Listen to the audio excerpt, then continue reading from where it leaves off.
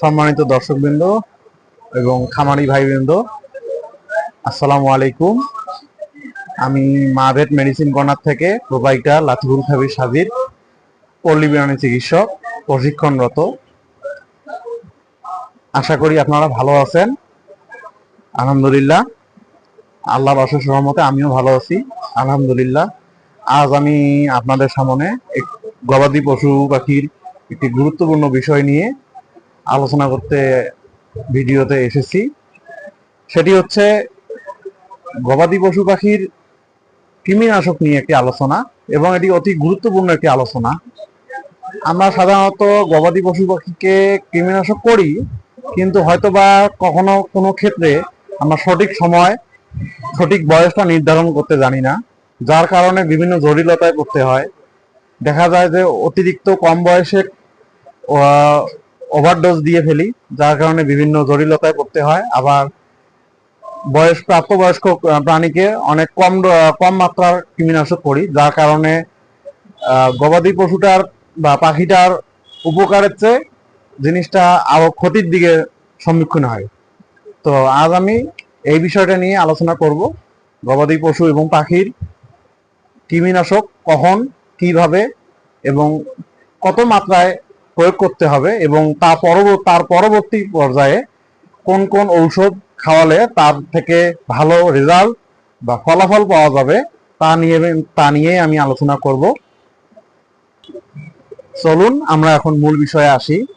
সেটি হচ্ছে, আমরা সাধারণত একটি গবাদি পশু বাচ্চা জন্মের কিছুদিন পর, সাধারণত 1 সপ্তাহ বয়স থেকে 12 থেকে 14 দিন বয়স পর্যন্ত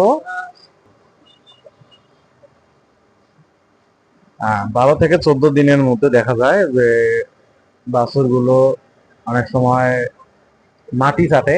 এটা হচ্ছে সাধারণত কৃমির সমস্যার কারণেই হয়। এ সময় আপনারা খামারি ভাইরা চেষ্টা করবেন ফেনমেন্ডাজল গ্রুপের একটি ট্যাবলেট বাছুরটিকে খাওয়ানোর জন্য। এবং ছাগলের বাচ্চার ক্ষেত্রে ফেনমেন্ডাজল গ্রুপের ওই ট্যাবলেটটি, যদি ছাগলের বাচ্চার দৈহিক ওজন যদি 1.5 কেজির উপরে হয়, তাহলে অর্ধেক ট্যাবলেট খাওয়ানো উচিত, এর চেয়ে বেশি নয়। আর যদি 1.5 কেজির চেয়েও কম হয় তার দৈহিক ওজন, তাহলে না খাওয়ানোটাই অনেক ভালো হবে। তারপর গরুর বাছুরের ক্ষেত্রে বা মহিষের বাছুরের ক্ষেত্রে 15 দিন পার হলে আমরা 21তম দিন থেকে 30তম দিনের মধ্যে একটি অ্যালবেন্ডাজল গ্রুপের কৃমিনাশক করব। এতে করে গরু বাছুরের পেটে যে মাতৃকৃমিগুলো মারা যাওয়ার পরে যে বাচ্চাগুলো থাকে, যারা বেড়ে ওঠে, সেগুলোকে এই অ্যালবেন্ডাজলের গ্রুপের কৃমিনাশকটি খুব দ্রুত সময়ে তাদেরকে মেরে ফেলবে। এবং এর পরবর্তী সময়ে আপনারা প্রতি মাসে এক মাস অন্তর আপনারা অ্যালবেন্ডাজল গ্রুপের একটি করে ট্যাবলেট গরু বাছুরকে খাওয়াবেন, গরু বাছুরের 3 মাস বয়স পর্যন্ত। এবং 3 মাস বয়স হয়ে গেলে আপনারা কৃমিনাশক বন্ধ করে দিবেন। ঠিক তার 3 মাস পর বাছুরটি যখন 6 মাস বয়স হবে, তখন আপনারা ট্রাইকাবেন্ডাজল এবং লিভামিসল গ্রুপের একটি ঔষধ, যা 75 কেজি বডি ওয়েটের জন্য একটি ব্যবহার করা হয়। আমরা সাধারণত সাজেস্ট করি 50 কেজি বডি ওয়েটের জন্য একটি। আপনারা এরকম বিভিন্ন ট্যাবলেট আছে, বোলাস বা ট্যাবলেট আকারে আমরা যেটা চিনি আর কি, যেমন এসকেপের আছে ডাবল ডেক্স এস, ডাবল ডেক্স এম, ডাবল ডেক্স হাফ। আবার পপুলার কোম্পানির আছে এলটি জল, একমি কোম্পানির এলটি ভেট ডিএস এবং এলটি ভেট। এসিআই এর আছে NT1 এবং NT1 ডিএস, এলভিয়নের এলভিডেক্স ডিএস, এলভিডেক্স এস, এবং বিভিন্ন কোম্পানির আছে, যেমন নাভাডেক্স আছে, স্কোয়ারের ট্রাইলেজ আছে। আপনারা আপনাদের মর্জি মতো যেটা ভালো মনে হয় আপনারা খাওয়াতে পারেন বডি ওয়েট অনুযায়ী। এর পরবর্তী সময়ে দেখা যাবে যে 6 মাস বয়সে যখন কৃমিনাশকটা করবেন, করার পর আমরা বুস্টার ডোজ হিসেবে সাধারণত আমরা কিছু কেমিস্ট বা কিছু ডাক্তার 7 দিনের মাথায় আবার বুস্টার ডোজ হিসেবে ব্যবহারের পরামর্শ দেই। আসলে এটি 7 দিন নয়, কৃমিনাশক যেদিন করবেন তার থেকে 14 দিনের মাথায় কৃমিনাশকটি করলে ভালো ফলাফল পাওয়া যায়। এবার আসি ছাগলের ক্ষেত্রে। ছাগলের বাচ্চার ক্ষেত্রেও ঠিক একই রকম, তবে বডি ওয়েটের ক্ষেত্রে কিছুটা ভিন্ন। যেমন ছাগলের বাচ্চা অত দ্রুত সময় অত বডি ওয়েট আসে না।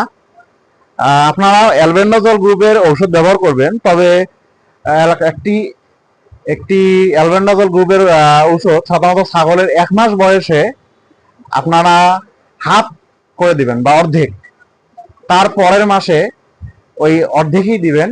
এভাবে 3 মাস পর্যন্ত কাটাবেন এবং 3 মাস পরবর্তী আরো 3 মাস অপেক্ষা করার পর 6 মাস বয়সে যে আপনার ট্রাইকাবেন্ডাজল এবং লিভামিসল গ্রুপের একটি বোলাস, যেটি 250 mg পাওয়ার হবে। সাধারণত এটা আমরা এস বলতে জানি, যে কোনো কৃমি ট্যাবলেটের এস, যেমন এলভিডেক্স এস আছে, ডাবল ডেক্স এস আছে, এরকম কিছু ট্যাবলেট আছে যা ভেটেরিনারি ফার্মেসিতে পাওয়া যায়, আপনারা সেটি ব্যবহার করতে পারেন।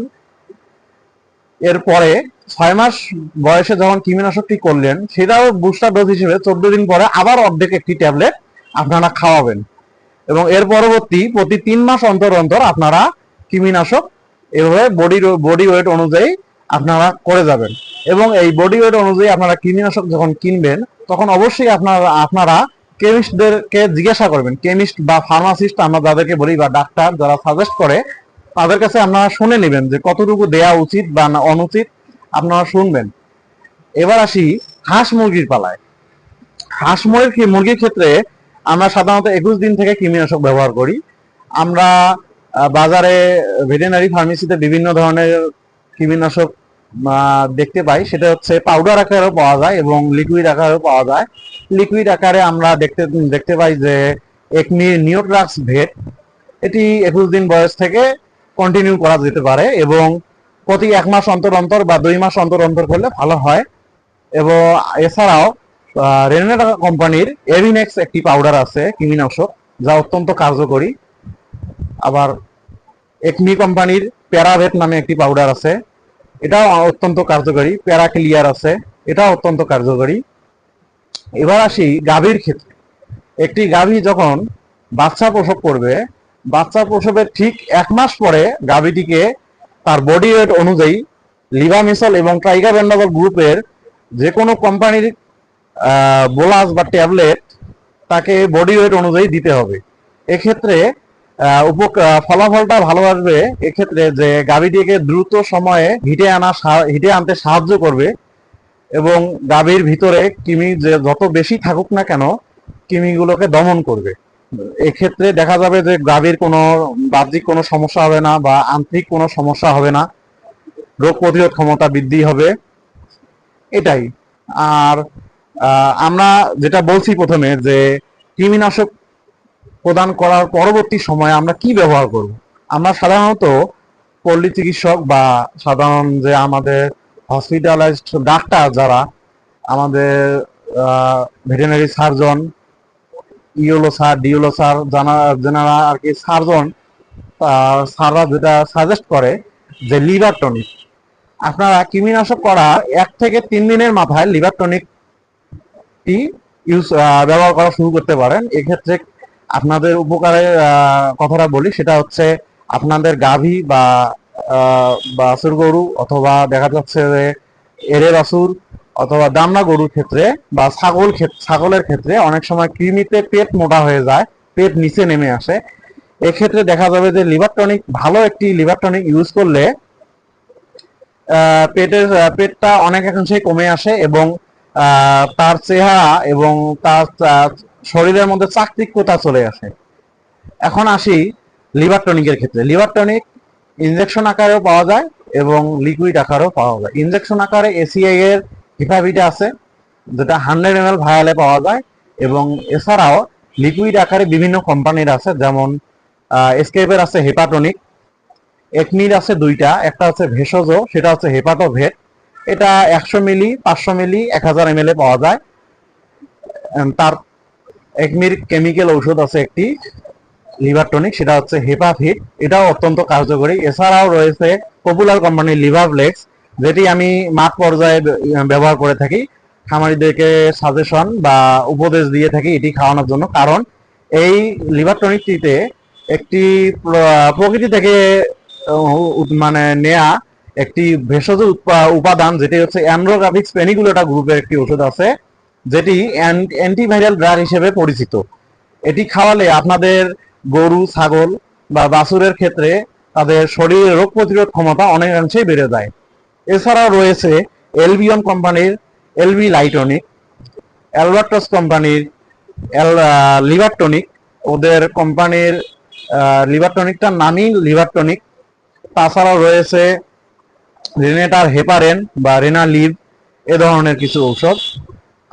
এর পর্যায়ে আসি, লিভার টনিক করানোর পর আমরা খামারিদেরকে বলি যে গরুর অনেকটা শরীরে দুর্বলতা চলে আসে, সেক্ষেত্রে আমরা খামারিদেরকে কিছু জিঙ্ক খাওয়ানোর জন্য উপদেশ দেই। সেটা যে কোনো কোম্পানির জিঙ্ক হলে হবে, তবে আপনারা বাজারে খামারিগঞ্জ যেহেতু আপনারা বাজারে ভালো মানের কোনো জিঙ্ক, ভালো কোনো কোম্পানির জিঙ্ক খাওয়ানোর চেষ্টা করবেন। ইনশাল্লাহ এতে আশানুরূপ অনেক ভালো ফলাফল পাওয়া যাবে। যেমন এসকেএফ কোম্পানির জিঙ্ক বি, এটা বি কমপ্লেক্স সমৃদ্ধ, এবং জিঙ্ক কেয়ার আছে, এটা একটি প্লেন জিঙ্ক, শুধু জিঙ্ক হিসেবেই আছে। তাছাড়াও রয়েছে পপুলারের সোলু জিঙ্ক, যা অত্যন্ত ভালো কাজ করে। এটা আমি আমার নিজের খামারেও ব্যবহার করছি এবং অন্যান্য খামারিদেরকে উপদেশ দিছি, তারা ব্যবহার করে সুফল পাইছে। তাছাড়াও রয়েছে একমির জিজভেট, এটাও অনেক ভালো। এসিআই এর এজিং প্লাস, এজিং ভেট, এছাড়াও এলবিয়নের এলবি জিঙ্ক, ভীষণের ভার জিঙ্ক, এসব অনেক জিঙ্ক পাওয়া যায় বাজারে। আপনারা আপনাদের যেটা ভালো মনে হয় এবং আপনারা যেটা রেগুলার খাওয়ান সেটাই আপনারা খাওয়াবেন, ইনশাল্লাহ আশানুরূপ ফল পাবেন। তো আজ আজ আজ এ পর্যন্তই। ধন্যবাদ আপনাদেরকে ভিডিওটি দেখার জন্য। আপনারা আমার জন্য দোয়া করবেন এবং আমার ভিডিওটি যদি ভালো লেগে থাকে আপনাদের কাছে লাইক, কমেন্ট এবং শেয়ার করে দিবেন, যাতে করে আপনাদের পাশাপাশি অন্যান্য খামারি ভাই এবং কেমিস্ট ভাইরা যাদের কিছু অজানা তথ্য আছে তারা যেন ভিডিওটা দেখে উপকৃত হয়। ধন্যবাদ। আসসালামু আলাইকুম ওয়া রাহমাতুল্লাহ।